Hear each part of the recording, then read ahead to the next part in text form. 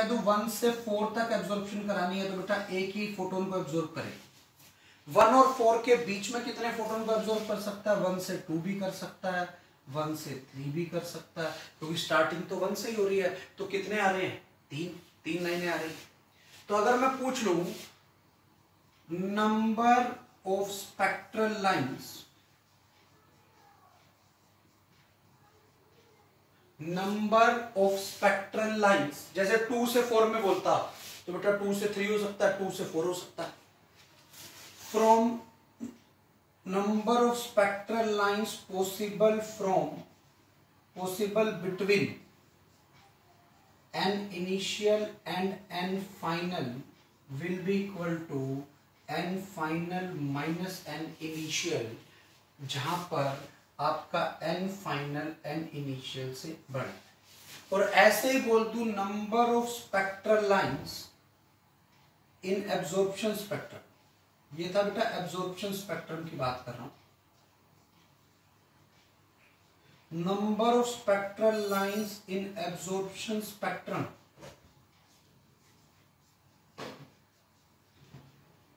From n initial to n final will always be 1, क्योंकि उन दोनों के बीच में जो एनर्जी का गैप है ये उसी फोटोन को एब्जॉर्ब करेगा। तो आपको ये समझ में आना चाहिए कि एब्जॉर्प्शन ग्राउंड स्टेट से होती है और उसमें आपका ये 1 आ जाता है। Next heading is excitation energy.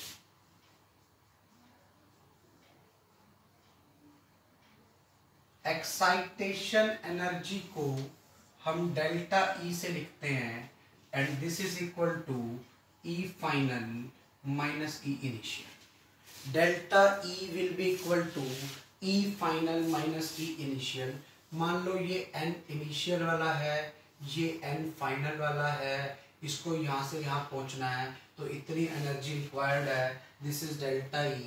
तो इनके बीच का जो एनर्जी का गैप है वो हमारे को एक्साइटेशन एनर्जी चाहिए। तो excitation energy is the energy required to excite an hydrogen atom from one state to another state। अब मैं बोल दूं for a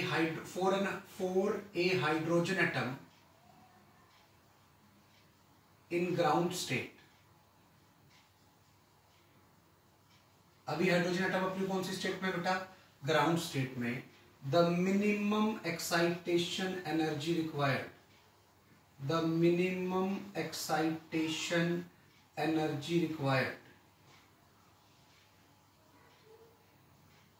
will be equal to 10.2 electron volt, क्योंकि ग्राउंड स्टेट से ऊपर कितना गैप है बेटा पहले लेवल तक पहुंचाने में? 10.2 electron volt. On the same line excitation potential, if energy is provided by applying a potential or potential difference, then that potential is known as excitation potential.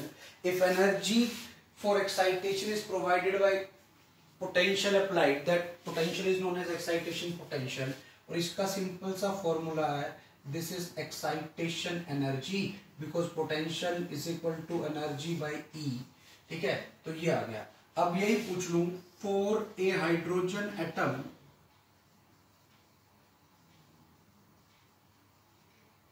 in ground state, the minimum excitation potential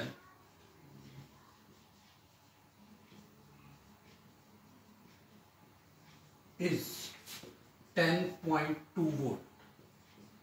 क्यों बेटा? जितनी excitation energy है by E कर दिया, ई cut गया तो 10.2 volt आ गया। On the same line ionization energy, ionization energy is the energy required to ionize an hydrogen atom। energy required to ionize a hydrogen atom, एक हाइड्रोजन एटम को ionise करने के लिए जो एनर्जी चाहिए वो जिस भी स्टेट में है उसकी नेगेटिव एनर्जी आपको चाहिए होगी, वो आयनाइजेशन एनर्जी होगी। What is the ionization energy of hydrogen atom in ground state? 13.6 electron volt. What is the ionization energy of hydrogen atom in first excited state? 3.4 electron volt. On the same line अगर मुझे ionization potential निकालना हो, अगर मुझे ionization potential निकालना हो तो इसका रिजल्ट आएगा ionization energy by e volt. तो what is the ionization potential for hydrogen atom in ground state 13.6 volt. Next point है, बहुत इंपॉर्टेंट पॉइंट है, if excitation energy is provided by photon और electromagnetic radiation then only certain photons having energy equal to the energy gap will be absorbed by hydrogen atom or hydrogen like atom and all other photons will not be absorbed। क्या मतलब है इसका, जैसे मैंने ये कहा, अगर मैं हाइड्रोजन एटम की बात करूं, ये N1 है, ये N2 है, ये N3 है, ये N4। आपको ध्यान हो ये -13.6 इलेक्ट्रॉन वोल्ट थी, ये -3.4 इलेक्ट्रॉन वोल्ट थी, ये -1.51 इलेक्ट्रॉन वोल्ट थी, ये -0.85 इलेक्ट्रॉन वोल्ट थी। आपको ध्यान हो तो हमने ये रिजल्ट हम ऑलरेडी कर चुके हैं सारा। अब आप देखो ये जो गैप है ये 10.2 इलेक्ट्रॉन वोल्ट का गैप है, ये जो गैप है ये 1.89 इलेक्ट्रॉन वोल्ट का गैप है, और ये जो गैप था ये 0.66 इलेक्ट्रॉन वोल्ट का गैप। अब अगर मैं कहूं एक हाइड्रोजन एटम अपनी ग्राउंड स्टेट में है और मैंने उसको 10 इलेक्ट्रॉन वोल्ट का एक फोटोन उस पर डाल दिया, वो एब्जॉर्ब भी नहीं करेगा, वो फोटोन ऐसे ही चला जाएगा। क्यों एब्जॉर्ब नहीं करेगा? फोटोन सिर्फ तभी एब्जॉर्ब होगा जब या तो एनर्जी 10.2 हो या 10.2 प्लस 1.89 दैट इज अप्रोक्सीमेटली 12.1 हो, या फिर 12.676 हो। समझ आ रही है मैं क्या कह रहा हूं? जो यहां से अगर एब्जॉर्ब करना चाहे तो इतनी करेगा या इतनी करेगा या उससे ज्यादा ये वाली करेगा। बीच की कोई भी एनर्जी अगर मैं डालूंगा तो ये उस फोटोन को एब्जॉर्ब नहीं करेगा। ये आपको ध्यान रखना है, बहुत इंपॉर्टेंट पॉइंट है। अगर 10 इलेक्ट्रॉन वोल्ट का फोटोन डाल दूं तो एब्जॉर्ब नहीं करेगा, 10.2 का डाल दूं एब्जॉर्ब करके ऊपर चला जाएगा, 10.3 का डाल दूं एब्जॉर्ब नहीं करेगा। इवन दो वो 10.2 से ज्यादा है बट वो इस अलाउड एनर्जी गैप के इक्वल नहीं है ना। 10.3 वाला नहीं करेगा, 10.4 वाला नहीं करेगा, 11 का भी नहीं करेगा, 12 का भी नहीं करेगा, 12.1 कर जाएगा। अगर मैं इसको ऐड कर दूं ये 12.1 बनेगा, ये 12.1 को एब्जॉर्ब करके यहां पहुंच जाए, 12.09 बोलेंगे उसको, ठीक है। तो सिर्फ जो अलाउड एनर्जी गैप है वही फोटोन एब्जॉर्ब होगा, बाकी फोटोन एब्जॉर्ब नहीं होंगे। एक पॉइंट तो आपको ये बहुत इंपॉर्टेंट पॉइंट है, ध्यान होना चाहिए। इसी से फॉर इलास्टिक कोलिजन के लिए ध्यान रखना है काइनेटिक एनर्जी सेम होनी चाहिए। अब मतलब क्या है, मान लो हाइड्रोजन एटम और फोटोन का कोलिजन हो गया, तो मुझे ये बताना है कोलिजन इलास्टिक है या नहीं, ठीक है। फोटोन, इफ हाइड्रोजन एटम अपनी ग्राउंड स्टेट में था, इस पे एक फोटोन डाला है, if energy of photon is 10 electron volt, तो बेटा कोलिजन इलास्टिक है।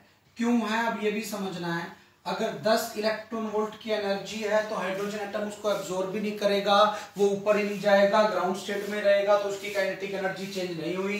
कोलिजन इलास्टिक इसलिए है बिकॉज काइनेटिक एनर्जी सेम रहेगी, ठीक है। बट अगर energy of photon is 10.2 electron volt तो ये एब्जॉर्ब करके ऊपर चला जाएगा। अब N2 हो गया तो वहां total energy kinetic energy change हो जाती है। तो अब मैं बोलूंगा कोलिजन इनइलास्टिक है। क्यों इनइलास्टिक है? क्योंकि क्या हो गया बेटा, काइनेटिक एनर्जी चेंज हो गई। अब उसमें इलेक्ट्रॉन की काइनेटिक एनर्जी चेंज हो गई।